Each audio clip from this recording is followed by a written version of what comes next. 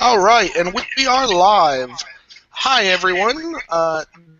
This is an episode 18 of Narrations and Lamentations with Mittierim and the boys. I am Mittierim. With me are no boys. Due to various real-life interruptions, Du Bois will not be making an appearance tonight. Instead, I have the very worthy Honorary boy, Vince Venturella, with me to wrap things up for the year for us. Hello, everybody. Glad to be here. Glad to be an honorary boy. I will try hard to fill the very big shoes left for me today. Well, we definitely appreciate you coming in and pitch hitting for the team. So, just to kind of let everybody know what we're looking at for tonight's show, I know we've been doing a lot of the Army book reports or reviews with various folks over the last weeks. But since the next two Wednesdays fall on Christmas Eve and New Year's Eve, we've decided to take a couple weeks break from the show. And so this is going to be our final show of 2014. And the whole point is to kind of look back at what the 2014 has brought us in the Warhammer world, as well as look forward a little bit to the new year. So I wanted to start off with a heartfelt thank you for everybody that watches this.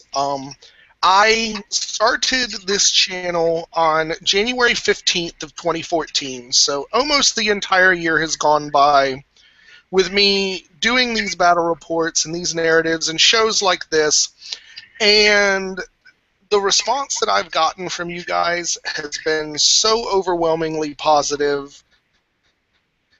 I certainly didn't expect to, within a year, be sitting at 680-some subscribers, nor to have had the positive feedback that I've gotten. So definitely wanted to thank everybody out there for that. And to give my promise that we're going to continue with this same level of quality, both in terms of this show and my battle reports from here on in. So thank you guys for making 2014 super awesome for me and the channel. So Vince, why don't you get started and tell a little bit about how 2014 has been for you in the Warhammer world, or the YouTuber world, or both? Yeah, well, let me just start first by saying that, Mitt, it's absolutely been a great year, and I love your show. I love the channel, obviously. As you know, I don't think I've missed a show yet here from the beginning. It was sad when Warhammer Weekly went on hiatus, but if it gave us you and your show, then it's certainly a silver lining to a dark cloud there. It's been absolutely fantastic. I thank you for having me on when I've been here, and I look forward to the show every week and all the content you put out. So I just, for one, want to applaud you for doing really great stuff. And it's this kind of content that I think is exactly what grows the community, and we should all be trying to produce and make to have a positive experience when we're playing, because that's the great part about Warhammer. It's more than just pushing around little plastic figures on the table. It's an iceberg game. 90% of it happens when you're not at the table, and it's exactly the stuff like this that makes it so worthwhile. Personally, this has been a huge year for me in Warhammer. I finished off like 3 armies completely, got them all painted up. This is the year I decided to actually learn how to paint, so that was a nice thing. At the beginning of the year, I pretty much painted like a maybe slightly skilled 7-year-old, somebody who just found the craft paints and knew how to put them on the tips of their fingers. And now I feel competent. The great thing about it is there's always more to grow. This was also the year that I finally decided to get in and start making some YouTube content and really take part in the community.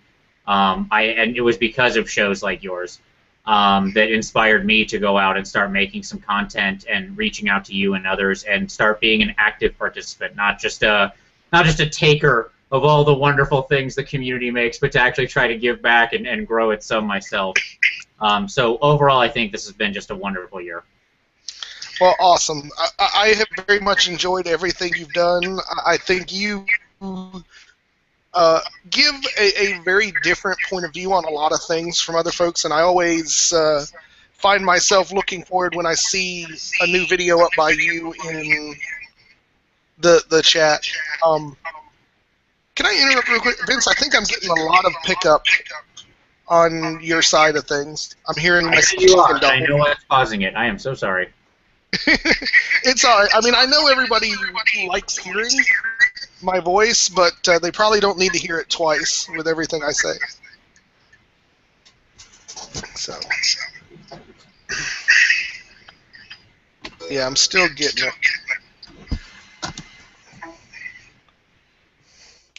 Okay. All right. I think we're good now.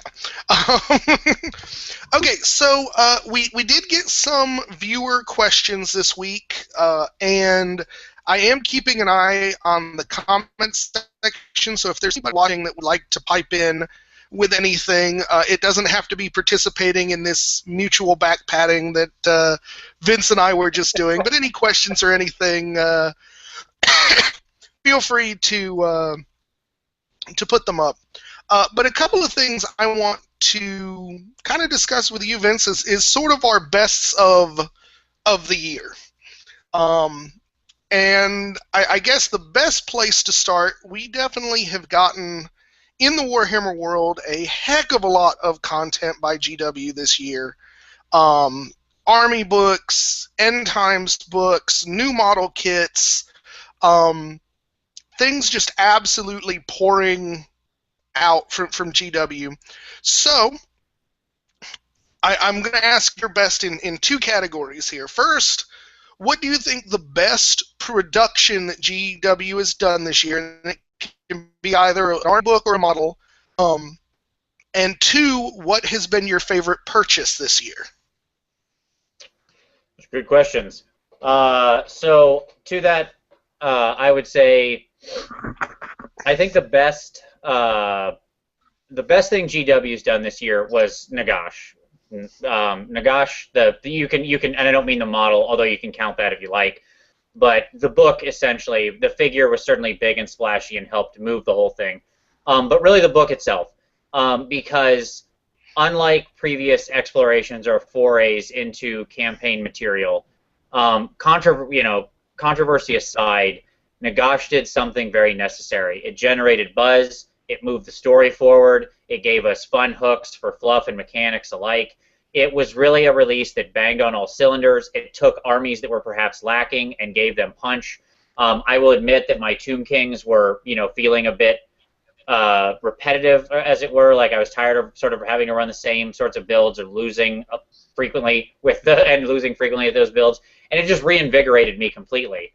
And to me, that's what made that release so solid. It did have great models. It did have great fluff. It did have fun alternate rules. I don't know what is missing from it.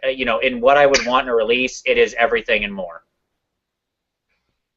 Well, awesome. Well, then I guess I'll do my favorite. I was going to say Nagash. I think it's a definite everything you've said. I don't think I can step up. But I'm going to actually take a different tact with it, and I'm actually going to say that the Dwarf Army book has been the best thing I've seen out of them, and I'll explain why I think that. First of all, they took Army book, was arguably one of the older armies that had a very convoluted rule structure that made them unique in terms of the runes, and they made a great update to the current rule set. And they did this in the two things I think they excelled at. They kept the rune system, and they kept the thing that made the dwarves unique amongst the other races, refined it, made it playable, easy to understand. And two, they didn't go crazy with it. I know before the dwarf book came out at the beginning of the year, everybody was clamoring for bear cavalry and giant golems and this and that and the other. And I think GW showed a remarkable amount of restraint in not doing any of those things. because they have an idea of what kind of fluff and what kind of feel and flavor they want in the army, and they stayed true to that despite the clamoring for new toys. I definitely have to respect them for the work they've done on that book. I think that's very fair, and it was a great book. I think that if there is one, and you still had things like Iron Drakes, which are a great kit, those kind of things, and the Gyro Bomber, that kind of stuff, which is again a nice kit.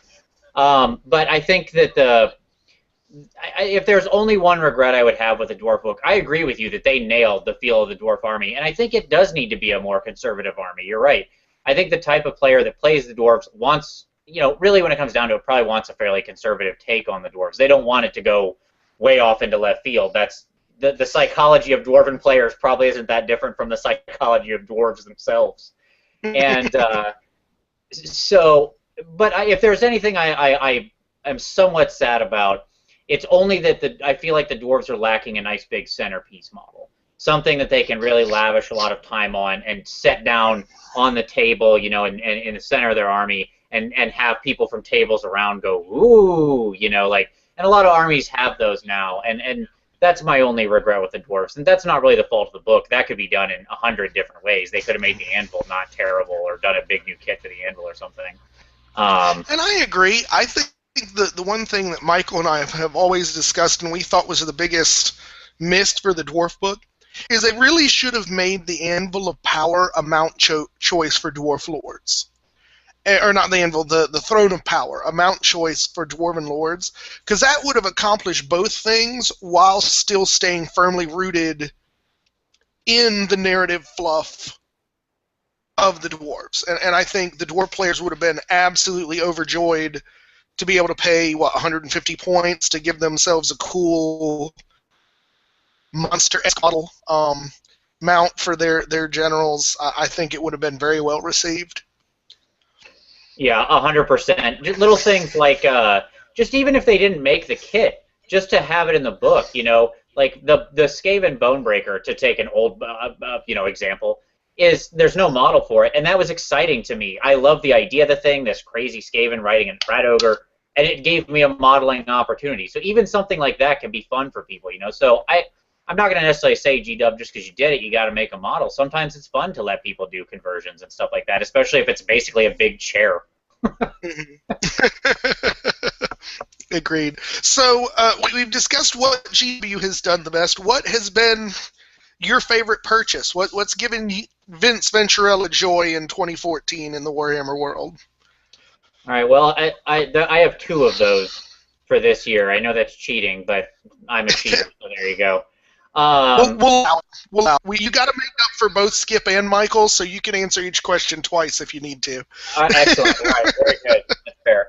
I got my Forge-World Keeper of Secrets this year and painted her up, and I still love her so much. Every time I walk in my office and look at her, I absolutely just think, what a beautiful model that was. It's so much better even compared with the normal awful crab anteater cow Keeper of Secrets that is the standard one. Although that's not a new kit by any stretch of the imagination. Forge World's had it for a while. It's just I finally got it. It was new to me. But if we want to say the thing I bought that I was most happy with this year, that actually came out this year, that would be the Mortark box set that came out with Nagash, the Archon Neferata Manfred box set. Which I modeled for Archon. I love that model. I thought it was amazing. The dynamism of it, the way it moves, how cool it is. I think I've only played like 2 or 3 games with that thing, which some people might think doesn't justify its cost. Nope, completely justified. That thing is beautiful. I loved it. I bought it at like 2 p.m. the Friday it came out, and I spent 26 hours straight painting it. I slept for 3 hours in the middle of that, and had it done that Saturday at like 10 p.m. And I still look back at that and I'm like, yes, that was all perfect time well spent. I would do it again tomorrow if given a modeling opportunity that great again. So there you go. That's awesome. Well, I'm going to cheat a little with mine too if we're already breaking the rules. I would actually have to say that my Warriors of Chaos army, and the reason why I'm counting that as one purchase is it was an army trade, so I'm going to count that. um, That's legal. That counts. We're good. right. And for several reasons. First of all, I love big monsters, and I mean, I've had the opportunity with the Slaughter Brute, with the Chimera, um, with the big chariot that Lord Tremendous gave me, with the Earth Elemental on the back of it, with the Zinj Lord on a disc. All of these really big kits that I've had an opportunity to really test my painting skills. I think I would have to say my painting skills in the last 6 months of this year have increased more than they have in the last 6 years. Because I've had these great models that are so interesting that I love the fluff of, that I'm really excited to go in and just kind of play with them and have a good time. I mean, and I think it shows in a lot of my other work that I'm using a lot of those same lessons in the new stuff that I'm doing. And so I think it's kind of a gift that keeps on giving. Yeah, I don't think you can ever. I don't know what kind of a value you can put on passion for the models you're painting. Right? When you really love it and want to do a good job, all the best brushes and paints and YouTube instructions in the world can't equal the value of really being passionate about the models that you've got in front of you. And so I can totally see that. Yeah. So now let's flip it a little on the side, and I'm not going to get too down because this is supposed to be a joyous occasion. What do you think has been the worst out of either GW or the worst thing that you've spent money on in the hobby and we're just like, good God, why did I waste my money on that? What's the negative of 2014? Honestly, I would say the great negative of 2014, maybe some people would count like Wood Elves and the controversy that happened around them, of like this big avoidance army getting kind of put in and not really having any other play. But I don't know. I think that was a flash in the pan. If anything, to me, the only negative that I really felt is, as much as I love the end times and as much as I love the excitement that they're building, and all the conversation that's happened around it, I do wish that GW wasn't such a locked tight box of information. It would be nice if they were a little more willing to share about like roadmap or plans or what's going on, or to be involved in some kind of community discussion. I certainly don't expect them to tell me every product release for the next year, but some level setting with end times would have been very nice to avoid what I feel was a lot of acrimony at the beginning of it. And you'll still see on forums people being like, end times, skipping it, not worth it, and they're just missing so much great content and story and items because they let the sort of situation that simmered up at the beginning sour them on what could be a great experience. And I feel like with GW, with just a little better marketing, could have handled that and really brought in those customers. All right, well, absolutely, I can definitely see where you're going from there. I think my, excuse me, I think my answer is going to be a little more concrete than that. I think the biggest letdown of 2014 was the Glotkin book. I think the Nagash book set the bar so freaking high that even if Glotkin had been masterfully written and had a great storyline, it would have fallen short. But it seemed to me, in terms of the story and in terms of the fluff, and even in terms of the rules, they dropped the ball so bad that, particularly compared to the two books that bookend it, I mean, Kane and Nagash, it just stinks. Yeah, I mean, I feel part of it is like Pixar syndrome, like I think that Glotkin to me is like the Brave of the oeuvre so far. Like it's good, but it's not like Up or Wall-E good or something like that. And it's bookended by these two really great things. So like when Pixar if some other animated studio had made Brave, we'd be like, oh, that was a great movie. but because Pixar made it and it's, surrounded by these titans, we're like, it was okay. And so I feel like Glocken suffers a lot in the same way. It's in the shadow of these just much better books in both directions. And that's unfortunate. It just ends up feeling like filler.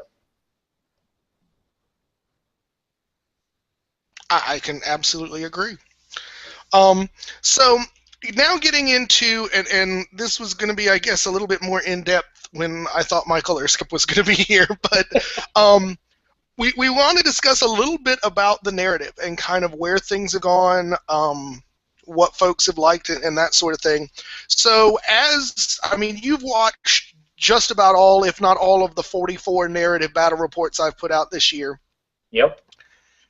Is there some piece of the narrative, something that stuck out to you as being exceptional, something that you were just pulled in on and enjoyed from a narrative point of view? Yeah, 100%. Yes. And the funny thing about it is, I could actually probably, even as an outsider, I could probably pick a couple. So I think that speaks to the strength of the narrative. But the one that absolutely stands head and shoulders above to me is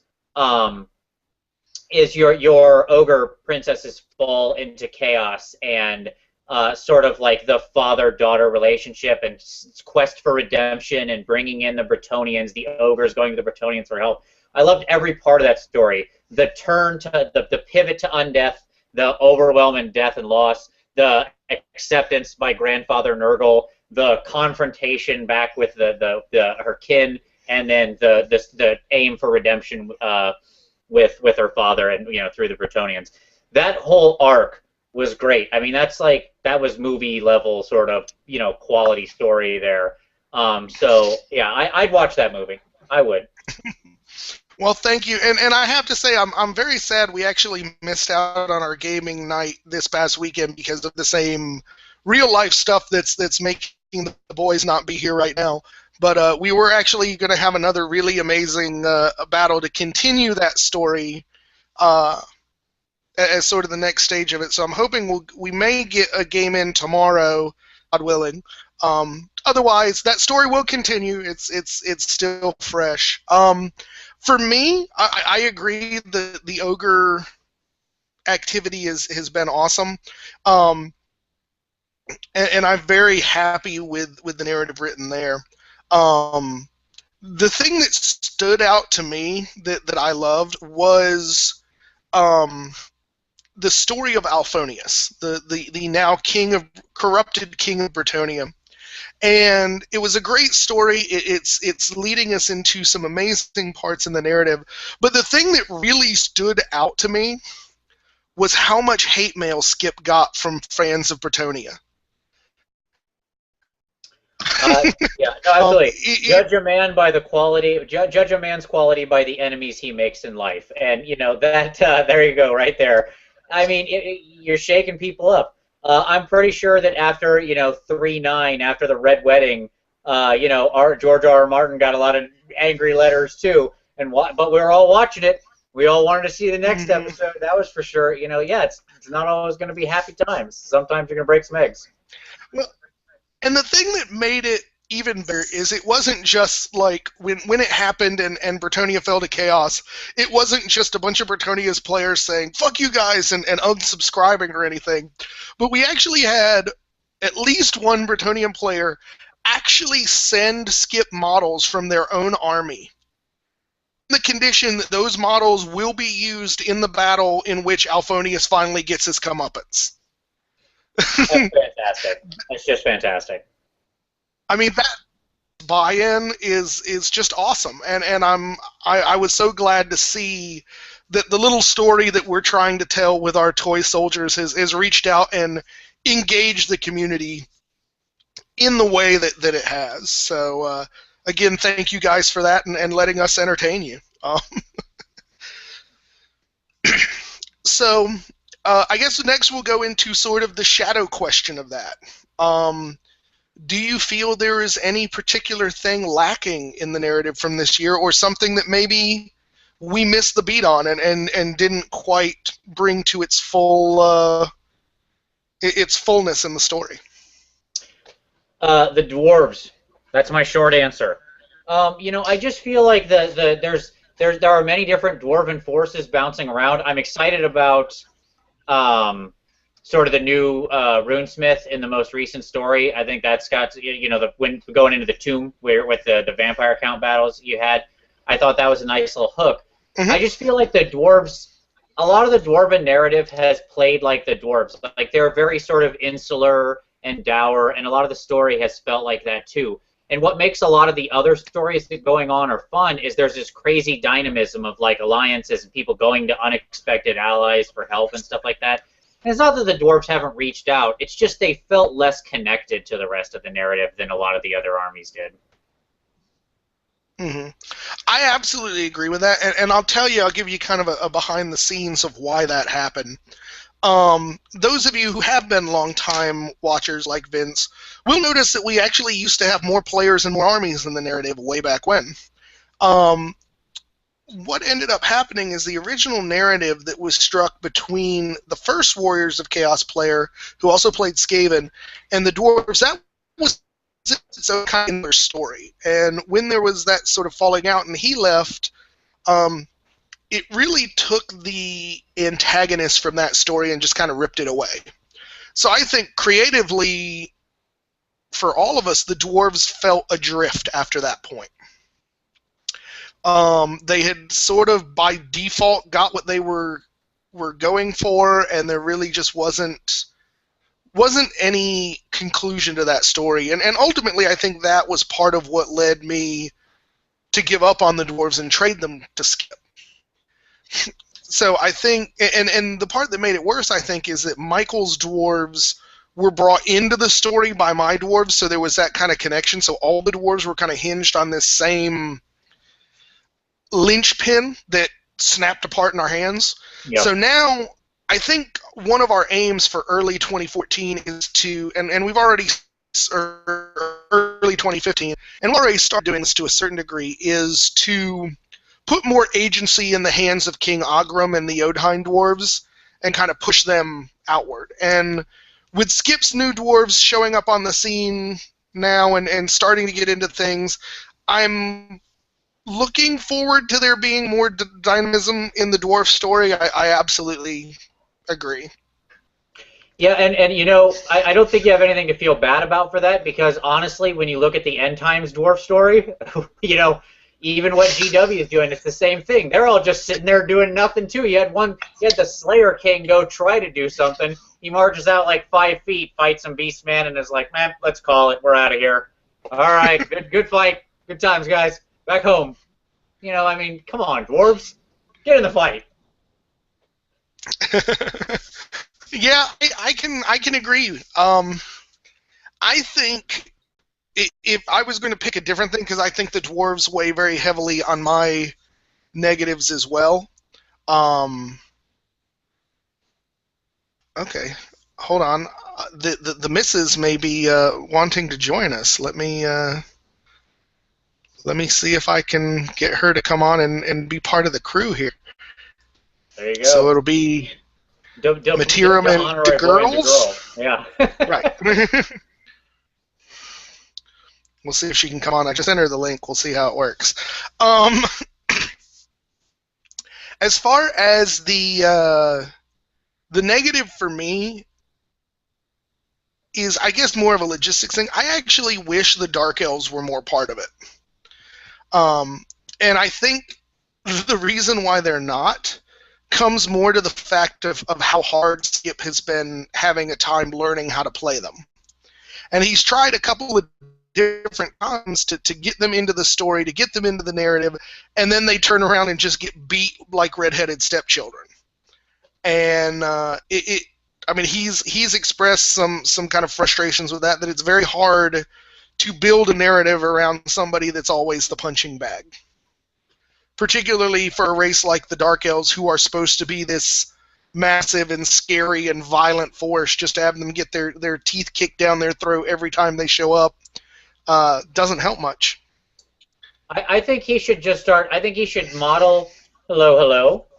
I think he should model his his dark elf, what are they called? Noble, high noble, whatever that leader is called, after Cobra Commander, and just lean into it. Just go full on Cobra. You have a story, but you lose every battle. You know that's what's going to happen.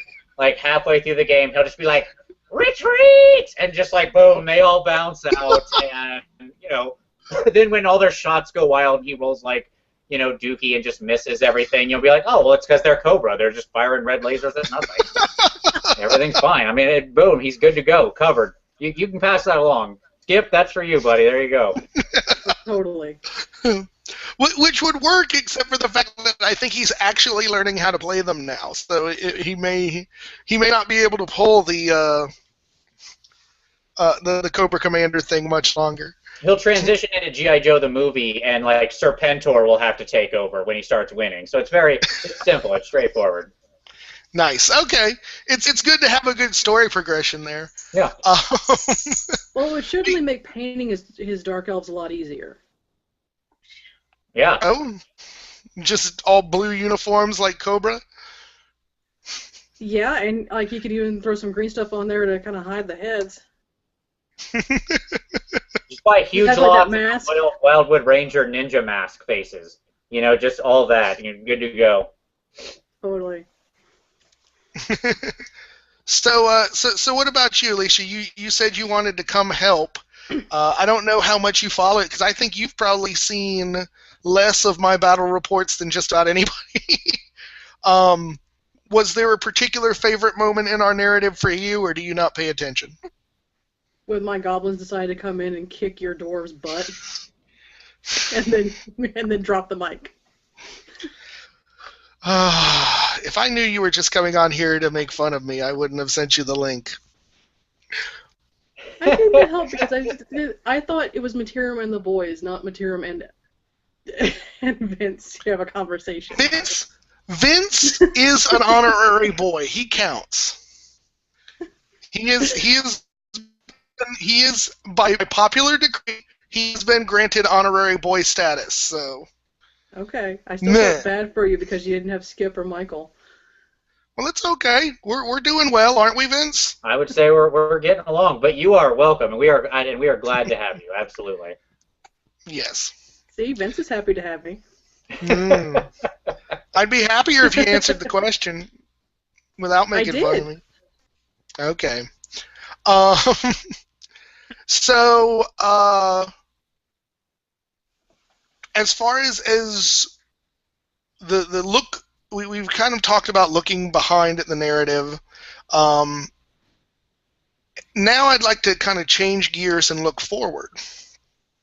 Is there something, maybe with an army that hasn't gotten much use, or maybe with the storylines, is there something you, as a narrative fan, would like to see happen in 2015 with the narrative?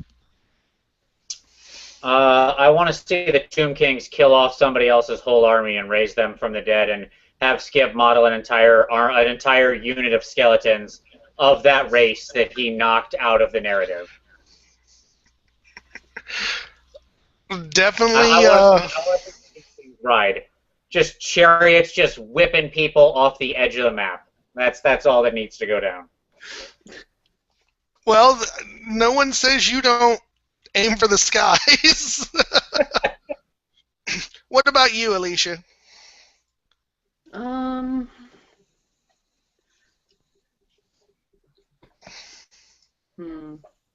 I would like Michael to have a fully painted army. You know what? I can agree with you on that one. It's funny you say that. I have a good buddy who watches your show every week as well, and he was watching, I think, the High Elf show with Kieran, and he said, "Wait, is Michael painting High Elves now? Doesn't he have Beastmen to paint?" And even he, who had just started watching your channel like a month ago, was fully aware of the fact that Mike had not finished that Beastman army, and I was like, "Yep, sure does." So, okay, I would like to redefine something, because I don't think just saying that he has not finished the Beastman army is descriptive enough. For those who have actually seen this army, he has fielded this army at up to, without proxies, I think up to 1,750 points. So 1,750 points of Beastman he has, and he has put paint on 3 models. I don't even think his Gorgon's completely finished, is it? I don't think so either. I think he has some work left to do on. I think his Great Bray Shaman, his main character, is done and looks really good. He's probably 75 to 80% done with the Gorgon. And then he's got paint, I think, on Morgrul, the Beast Lord, and that's it.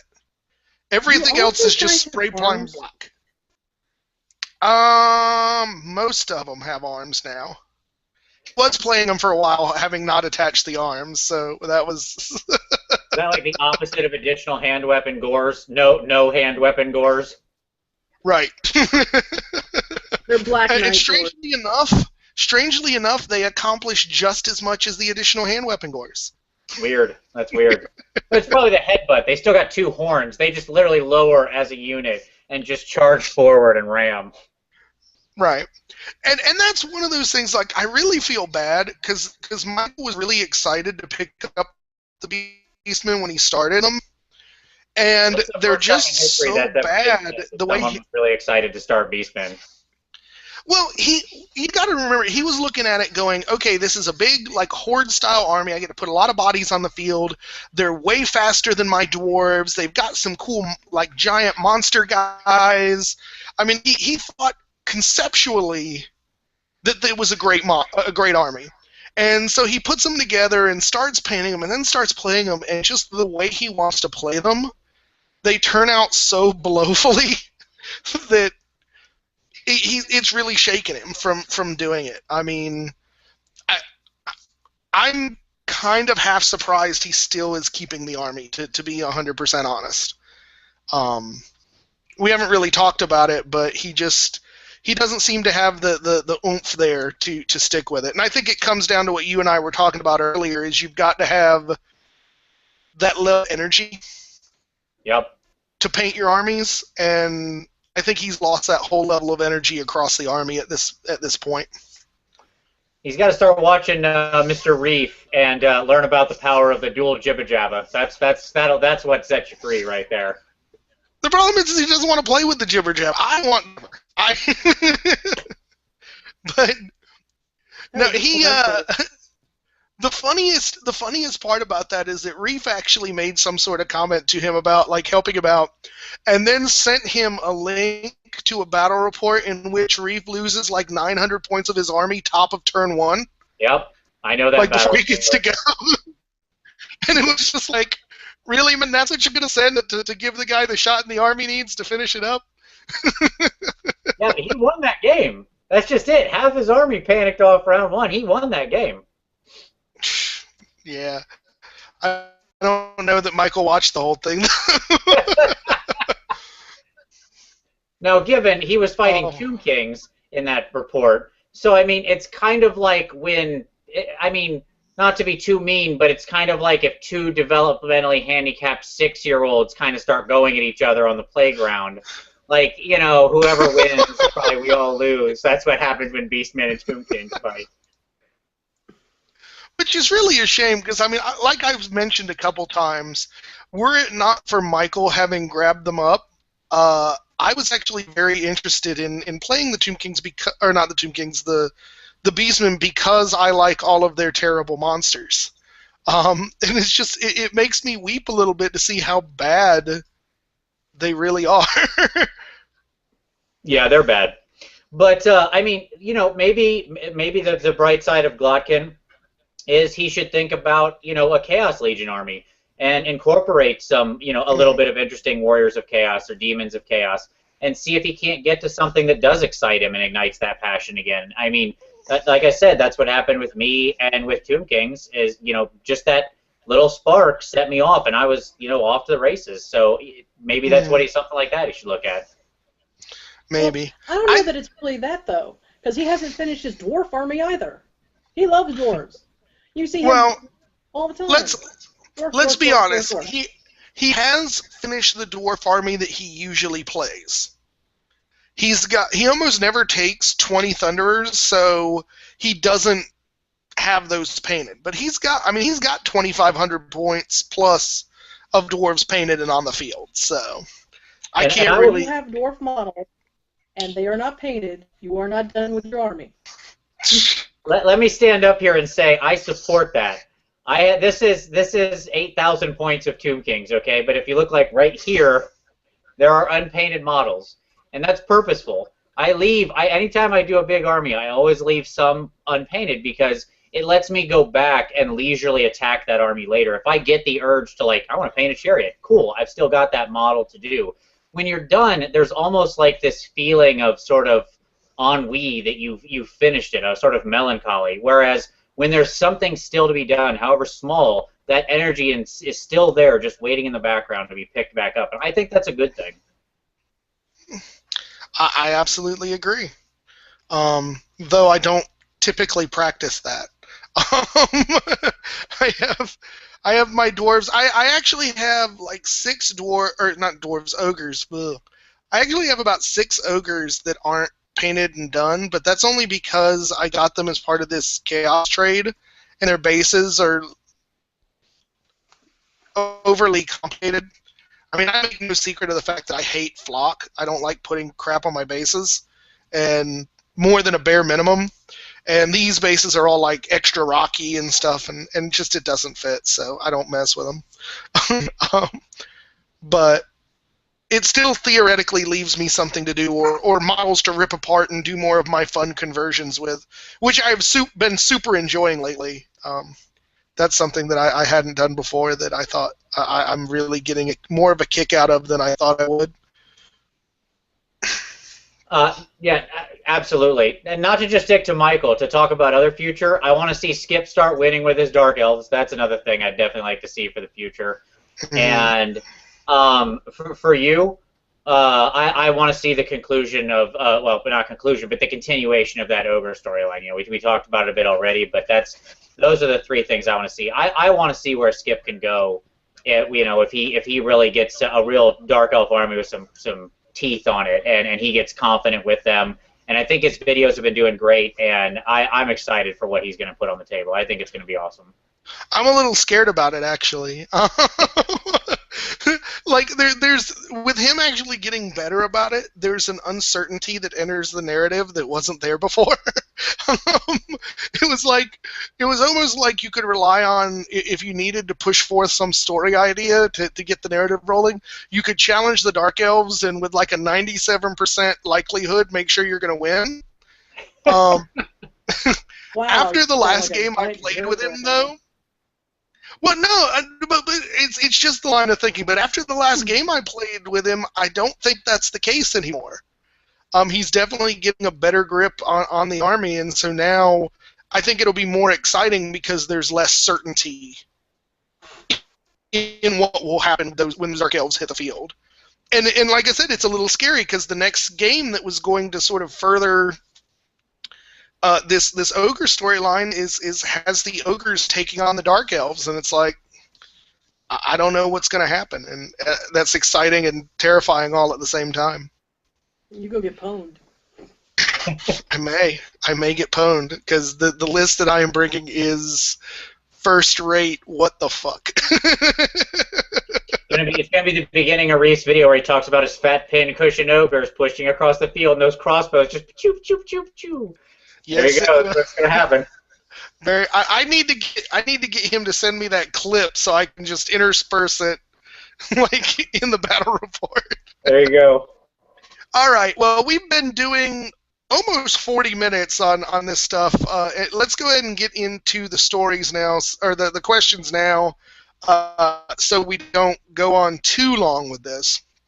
First set of questions comes to us from Mitch, MC1 Gamer. Always a good source of excellent questions. First question from Mitch. While there are differing opinions on the end times, it does appear to reinvigorate the fan base about Warhammer Fantasy. What changes or new plans for releases would you like to see that would further grow the community in 2015 and beyond?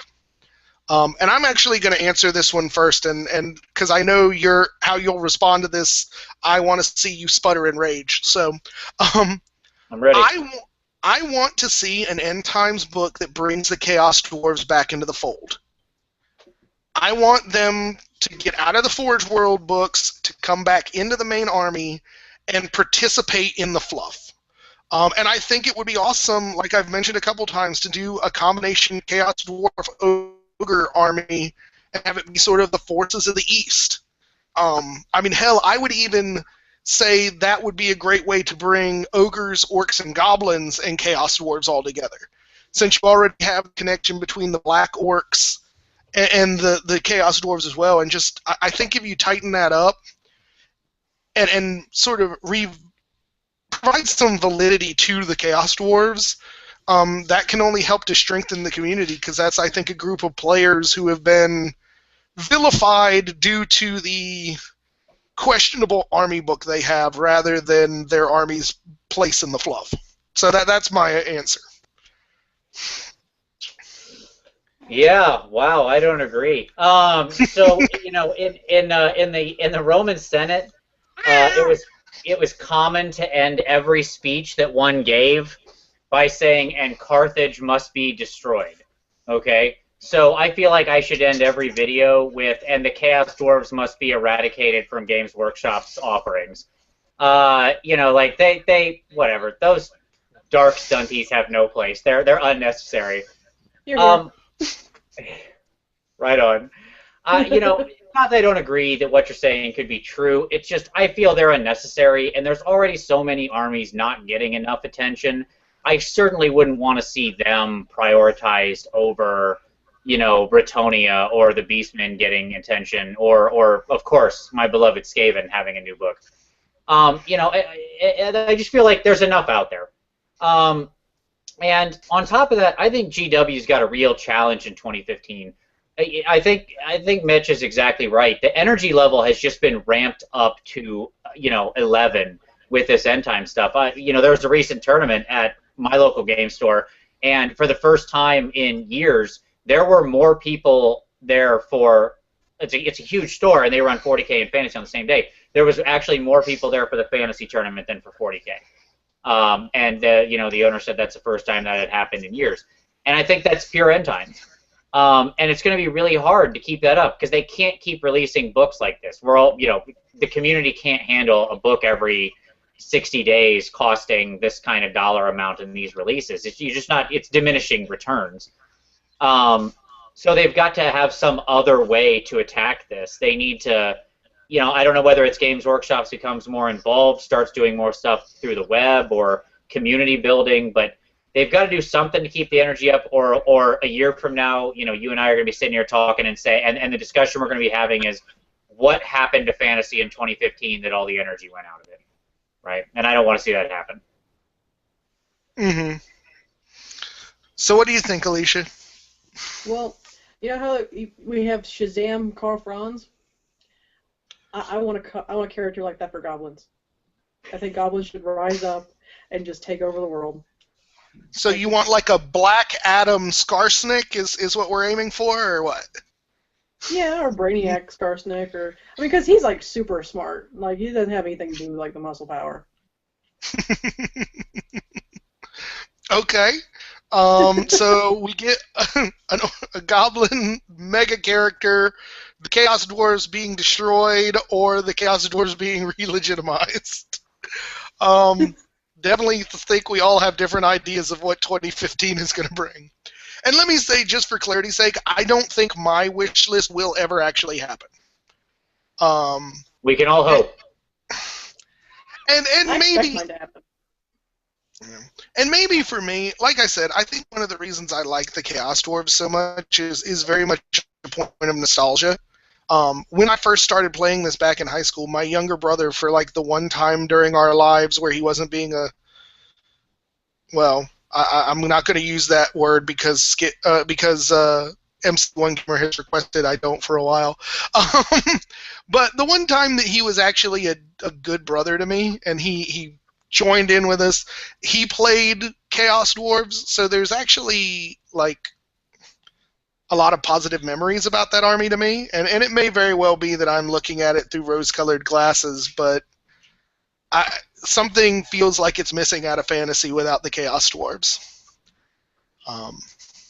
But I don't expect anyone else to understand that, particularly with the god-awful book they have right now. All right, now here is a question I have been thinking about all day long, Mitch, so thank you for question number 2.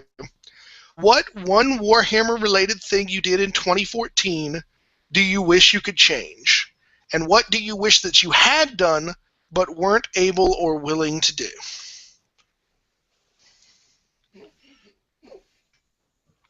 You want me to take this one first? You go ahead, because I still don't know what my answer is. All right, no problem. I've got my answers. One Warhammer-related thing I did in 2014 that I wish I could change. Frankly, I wish I hadn't waited so long to become a more active participant in the community. I watched for so many, so many months back to 2013, and just participated around the edges, just surfing and for lack of a better word, trolling, and not really being negative, but just not being a giver back. And I wish I had done it sooner, because it's a great community and it's been fun to watch it build and grow. What didn't I do that I wish I had done but wasn't able or willing to do? Actually, it's mostly hobby related. There's always more you wish you could do, and so my big thing that I'm hoping to do sometime in 2015 is learn how to airbrush. Get an airbrush and actually learn how to use it properly. Well, hold on. Next question is where we're going to get into the things you want to accomplish. This is. No, I hear you. That's my. What do I wish I had done but wasn't able? Okay. That's okay. Something. I wish I had done that, but I didn't. That's all. Okay. Yeah. All right, Alicia. I wish I had started this painting service a lot sooner.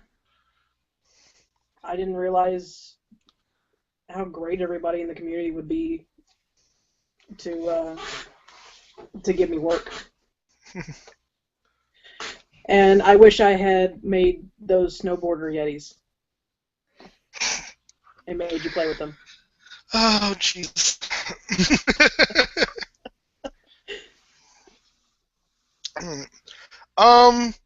What one Warhammer-related thing that I did in 2014 that I wish I could change?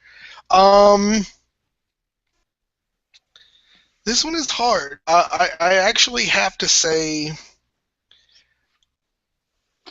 I wish I had not bought the dwarves.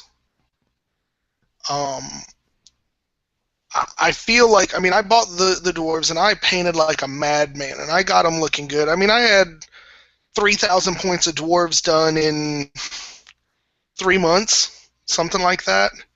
But it was a lot of time and it was a lot of effort on an army that I really wasn't all that thrilled with.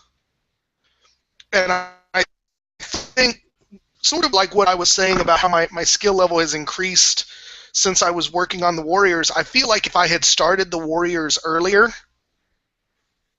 more of my stuff would be better. So, if I could have not started the Dwarves and just gone straight to the Warriors, that might have been a better use of my time. What do I wish I had done but wasn't willing or able to do? That one's pretty easy. I wish I had gone to Brawler's Bash this year. It was the last year of Malorian playing in Warhammer Fantasy. It may very well be the last year that the Sustainable Center made it down. It would have been very nice to have met the other YouTubers, sort of, I guess, the old guard before they've moved on to do other things. So I do regret not doing that this year. So, next question, sort of on the same vein.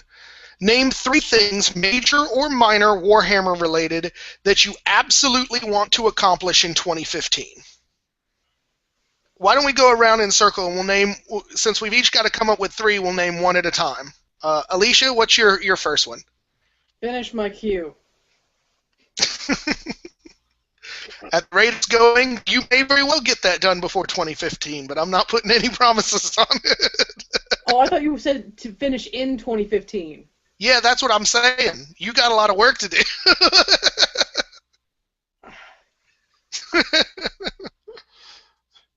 All right, Vince? Yeah, so my first one is complete or expand out, I guess. I want to do my all mono corn Demons of Chaos army in all women, which you saw the first figure of, the female Bloodthirster. She's been completed. I'm working on my little dogs right now. And yeah, so finish that army in 2015. Awesome. For my first one, to sort of go on the same vein of what I talked about, I'm going to Brawlers this year. It's something I definitely want to do, so if there is anybody out there who'd like to meet me, come on down to Brawlers. We'll get a game on. I definitely want to go because the folks I know in the tournament scene say it's a blast. It'll be fun to meet folks and kind of get out of the kitchen playing Warhammer a little bit. Alicia, number 2? What's wrong with our kitchen? Well, nothing wrong with our kitchen, but I play 3 people with a 4th occasionally. I want to actually get around to painting more of my goblins. I haven't opened the boxes yet. I need to open the boxes and get to painting. Yeah. I bought her a crazy mess of orc, Savage Orc Boar Boys, some Forge World stuff, all sorts of stuff for last Christmas, and then the whole having the baby and starting the painting service kind of got in the way of all that. Oh, that darn life always getting in the way of painting goblins. It's really unfortunate. It really is. If I could take a week, I could get them all just banged out, and I'd be done. But of course, I can't get anybody to take my kids for a week. I damn sure couldn't get anybody to take him for a week. I'll sit in here and paint my own shit. and mess up the house at the same time. That's half the reason why I can't get anything done, is I'm cleaning up. I do not mess up the house. I have a mess radius of 8 to 10 feet maximum when I'm sitting here painting. That's like not the whole house. Dishes, exactly. laundry, well, bathrooms. If we're not doing anything for a whole week, I can paint naked. There's no laundry. And we can eat takeout. The show that week while that's happening. Right. You know, that's right. I'll just hold up a sign like in front of the camera, so it won't be any actual pictures. There you go. It'll be like Alicia's first appearance behind the box. Yeah. Right. All right, Vince. So number 2 for you. Number 2 for me is to finish the Skaven. I'm in pretty deep on them. They're around the corner. There's no way I'm going to get them done by the end of the year. Hoping to get some more stuff here from old Saint Nick in a week or so. So, you know, really build that up. I want to have a really, really giant army of them. They are my first love. I want to be able to put a ridiculous, maybe not Malorian level of crazy on the table, but, you know, plenty of crazy on the table. And so I hope to finish them up. Awesome. So for me, I actually want to finish my man-eaters for the Ogre army. I still have 3 more to get from the kits that GW makes. I know I'm getting one of them this year. I want to get the other 2, and that would bring me up to 11. I need to come up with a design for one more because I want a 12-man brick of man-eaters. So that's number 2 for me. Number 3, Alicia? Do a how-to video and or figure out how to do a how-to video. I think that's Definitely. A great goal. I would love to see some painting tips. Painting tips with Alicia. I think that'd be, or hobby tips, not just painting in general. Like, I would love to see that. Absolutely. That would particularly end up being very interesting.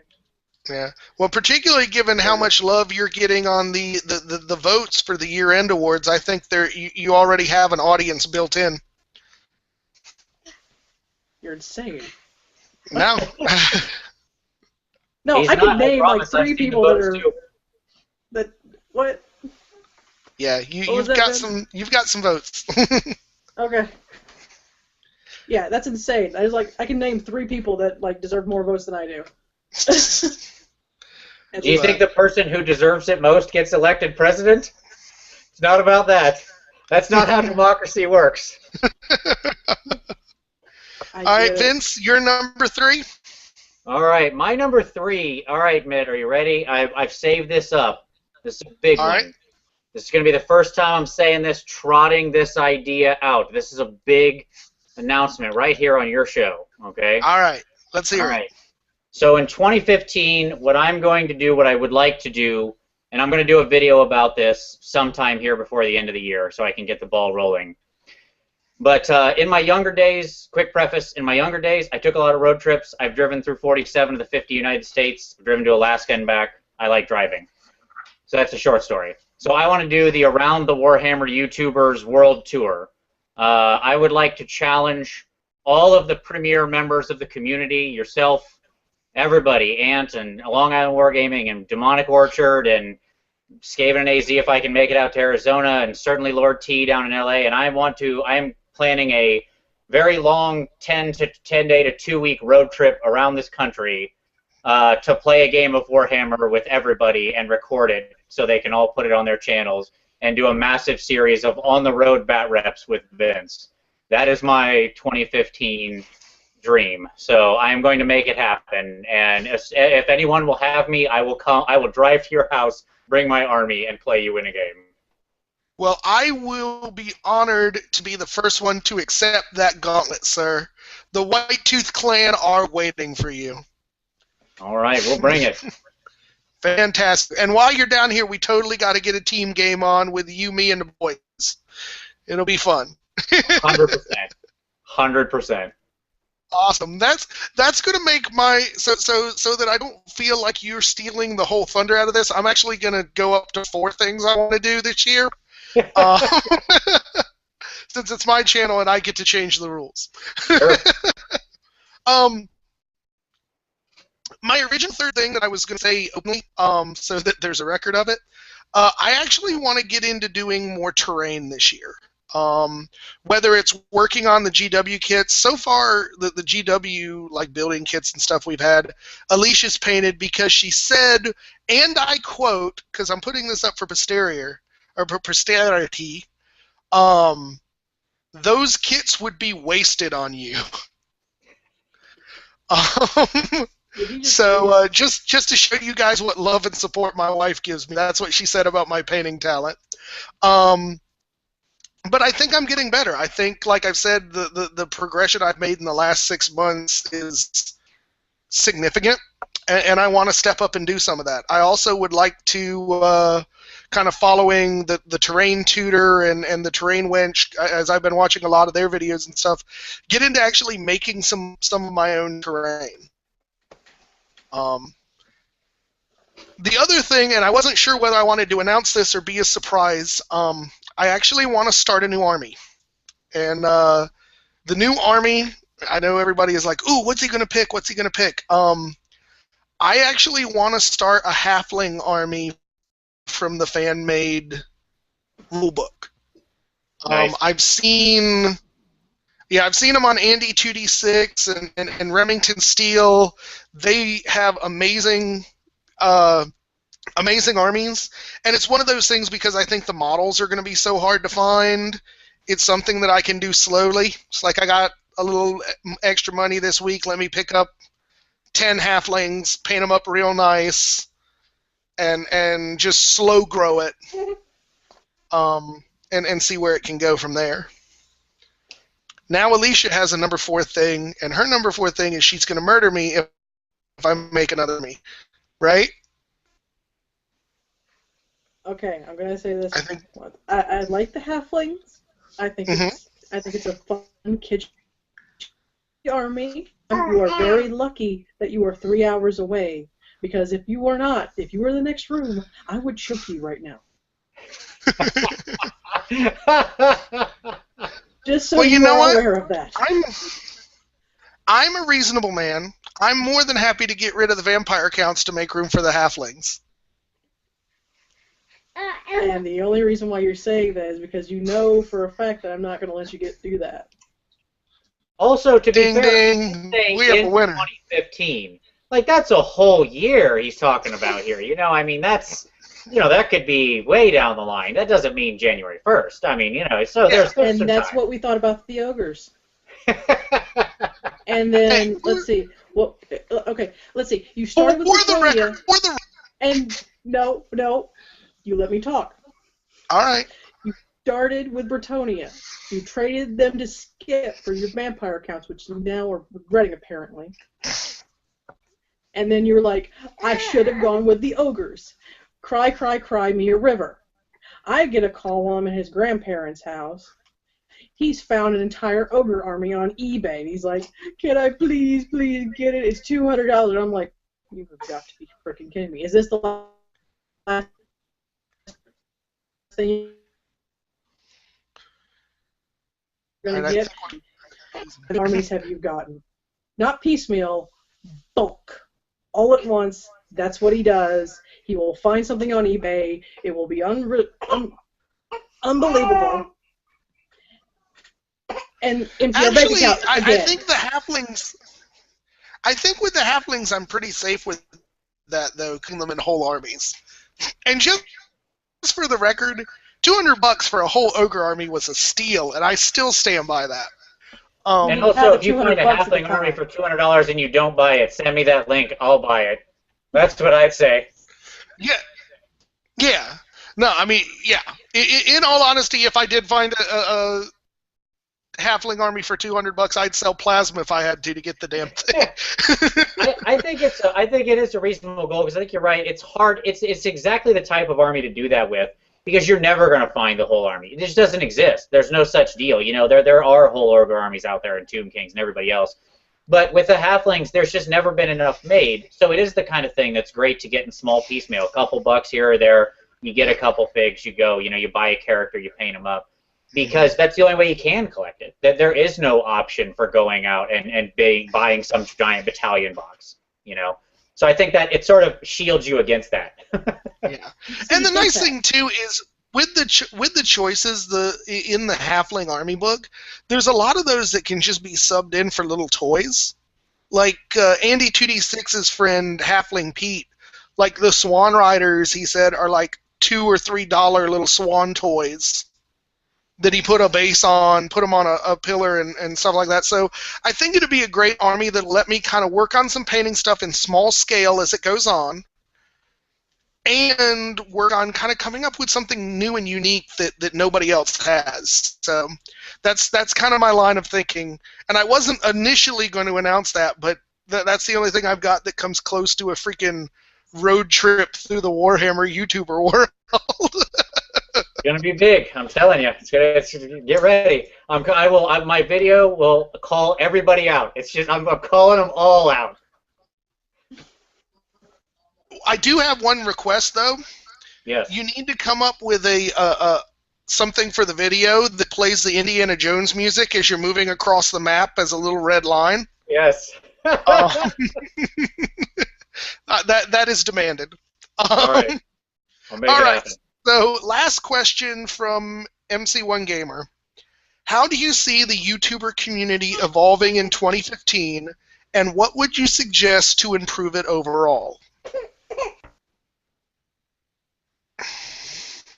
I think this can be answered very, very shortly with growth. I mean, it's grown so much since I joined, and I think it's just going to continue because it's a very positive community. There's a lot of great content being produced, and you know, just today I saw somebody posted a new message like right before the show of, "Hey, new to the community, love what you guys are doing. Here's the first bat rep I recorded." That's great stuff. That's exactly what the community does. And I'm gonna work on something that's similar but a little different, and I think it's more not necessarily growth in terms of numbers, but a widening. A year ago when I started doing this, it was all about tournament prep. It was tournament battle reports. It was, this is how you win this. This is the best units. This, that, and the other. And I mean, for God's sakes, this month, Anthony, of all people, is making a fluff army. That's fantastic, too. I'm excited he went with the food truck idea for that steam tank. I'm excited. Yes. That was fantastic. But I think, and I would like to be arrogant enough to say that it's my influence on the community that's made sort of fluff not a four-letter word anymore, and has kind of gotten folks open to the idea. But I mean, you're seeing other folks do it. I mean, William Page did a great narrative battle report. You get folks who are starting to get into it a little bit more and doing other stuff with it that's not just tournaments and here's how to win and crush your opponent, and I think that's amazing. I think it makes for a more all-inclusive community, and I'm all about that. Agreed. So, what about you, Alicia? Any thoughts?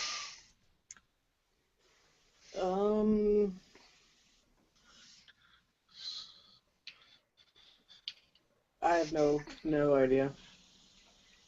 I know what she's thinking. She's thinking, I wish the Warhammer YouTuber community was more local to our area, so that when I'm out of ideas like this, I'll have assassins to take him down. Tell me you weren't thinking that. I know you too well. We've been together for too long. No, you don't know me. If you knew me, you know very well you don't hire somebody to do something like that. Right. You do the work yourself. Yeah. No, she just would enjoy the visceral pleasure of tearing me apart with her own bare hands. There you go. That's reasonable. I deserve reasonable. All right. So, last two questions. Well, few questions. These come from Kieran Dunleavy. And he asked one question of each of us, although not you, Alicia, because he didn't know you were going to be here. But I'll ask Vince his question, and then he can ask me mine, I guess, if you can see them in the chat.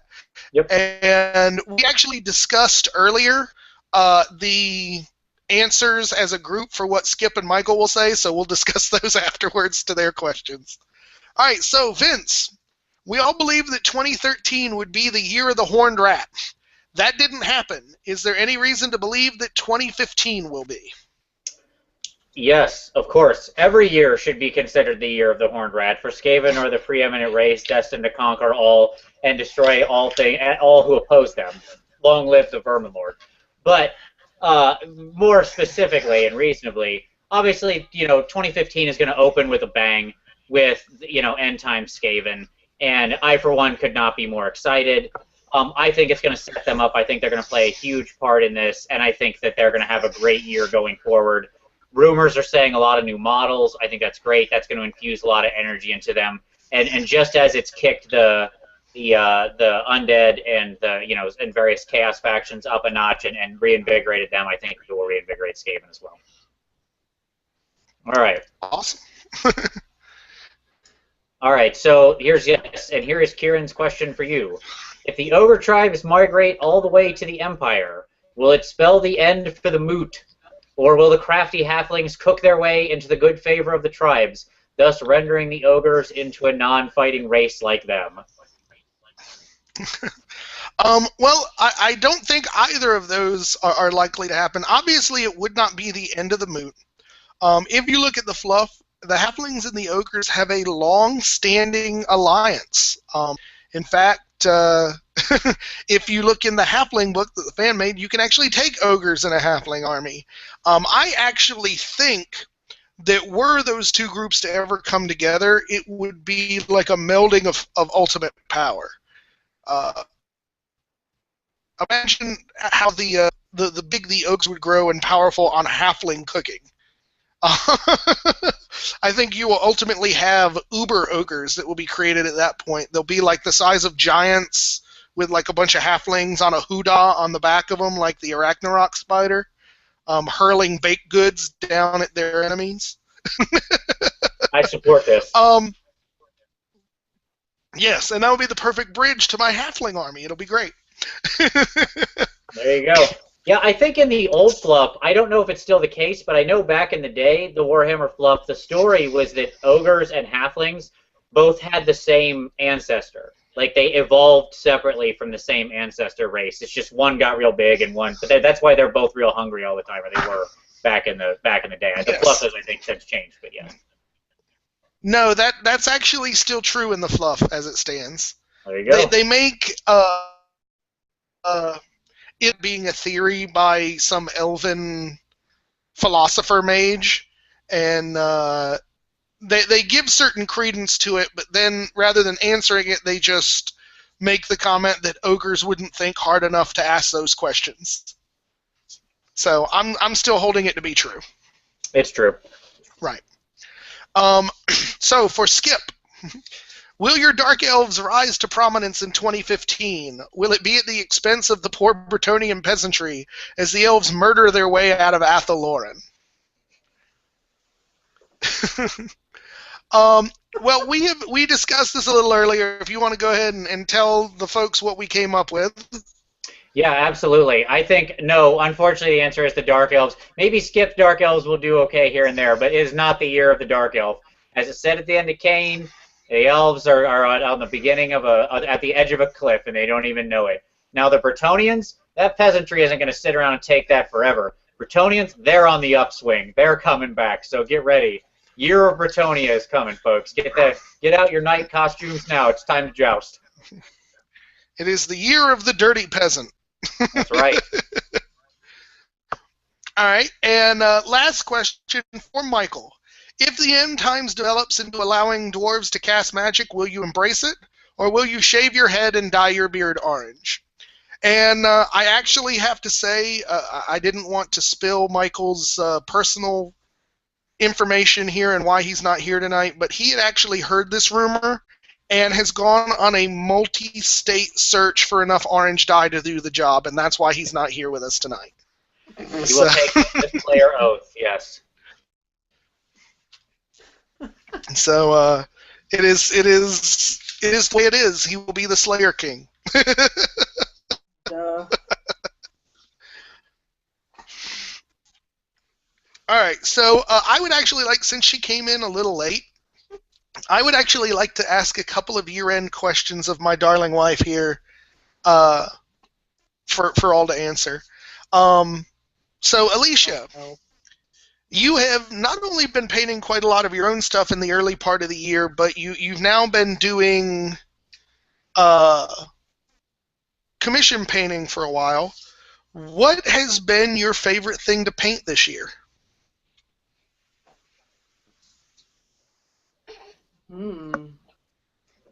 That's a hard one.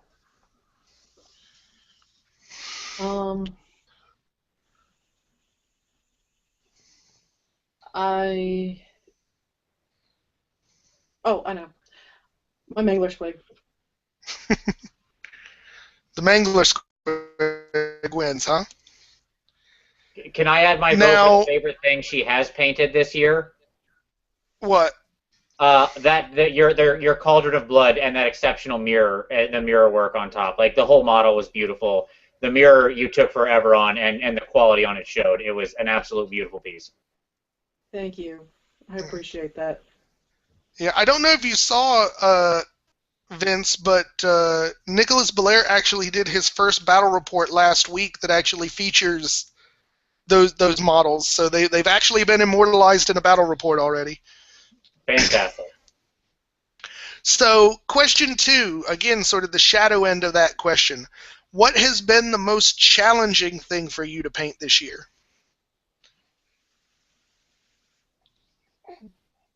Vince already spilled the beans. That bloody freaking mirror.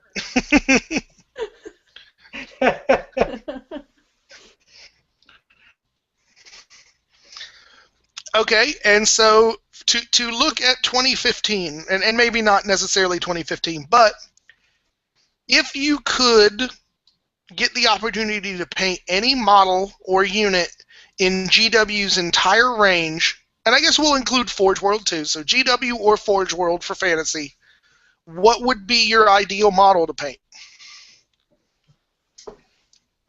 Oh, wow. Well, it wouldn't be cavalry because I'm sick of it at this point. So we can just blame Anthony for you never wanting to paint another horse. No. I have no problem with painting horses. The problem comes when the rider's already attached. That's where it gets messy. But no. What I would like to paint.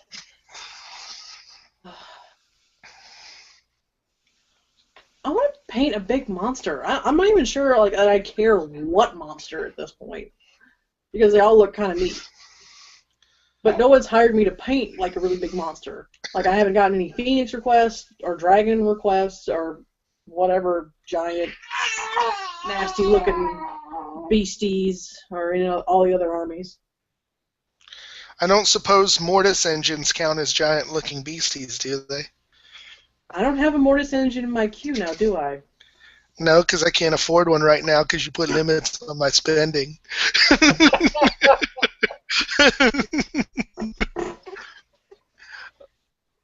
That is a fun model to paint. I painted up the Coven Throne version of it. It is a fun model to paint. So if you ever do, put one together, I will say I think you'll enjoy it. Awesome. I'd like to eventually get one of each. And let me go ahead because I know you made a comment about this earlier. I have been giving my vampires a lot of crap, but I am actually kind of coming to like them a little bit more as I'm playing them some more. So I really don't have the hate on for them that I have been portraying the last 6 weeks or so. My ultimate aim, I am getting some Vargeist for Christmas, and I'd like to get a Coven Throne and a Mortis engine done up when I feel like I have the skill to handle them, or Alicia has the time to paint them for me. So that's just a comment out there. So we've been going for about an hour and a half now. I think we've done a great wrap-up show. We've answered all the questions. I don't see any comments. I don't know if it's just because people haven't been commenting or if it's Google/YouTube's wonderful skill at failing to get anything to us. So, I wanted, again, to kind of wrap things up saying thank you to everybody. I have had an absolute blast doing these shows and doing this channel this year, and it's really added a layer to my hobby enjoyment that was not there before, and so I want to thank everybody for that. Everybody who's stood by and supported the crazy guy who actually tried to tell stories with his game, and actually have made my channel relatively well known and accepted. I thank you all for that. Other thing I wanted, just as an announcement to whoever happens to be listening to the end of this, tune in to my channel on Friday at 9 p.m. Vince and I are going to be doing a little sort of mid-range announcement show for the end of the year awards. There are a few things. We've gotten an amazing amount of feedback and an amazing amount of votes and everything, and it's made a few things very clear to us that we feel we need to address to the community. There's also going to be some exciting announcements. So if you're at all interested in the year-end awards, please tune in to watch that. There are some big surprises that we're going to announce, and kind of help try and drive some more attention to get even more votes, because the more voices, the better. That's right. So, stand up and be counted. Don't be silent. If you haven't yet voted, it's on the Warhammer YouTubers page. Go. Vote now. You can do it. We believe in you. And I'm going to set aside my impartial award runner hat to humbly ask for your support in Narrations and Lamentations being named Best New Series. We do a lot of work on this, and I would very much like to win that award. Yeah, so I'm not going to belabor the point. I'm not going to do a whole separate video where I beg for it like Anthony.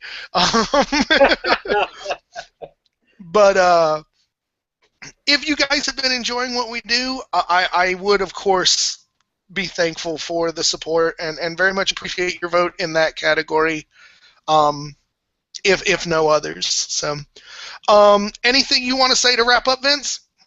I wanted to say thank you to Anthony, to MC1 Gamer, to Mitch, and to Malorian, all three of whom mentioned the end of year awards and gave a shout out and the link and whatnot. I really appreciate that.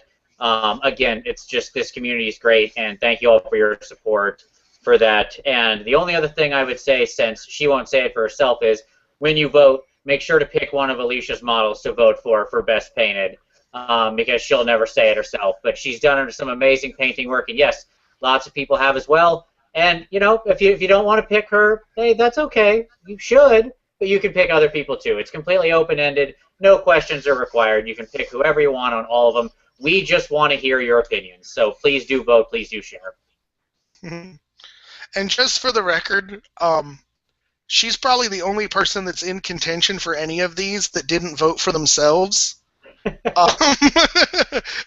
She actually holds to the fact that she will not vote for herself for anything. So even if you don't know any of her work, vote for her for that level of integrity.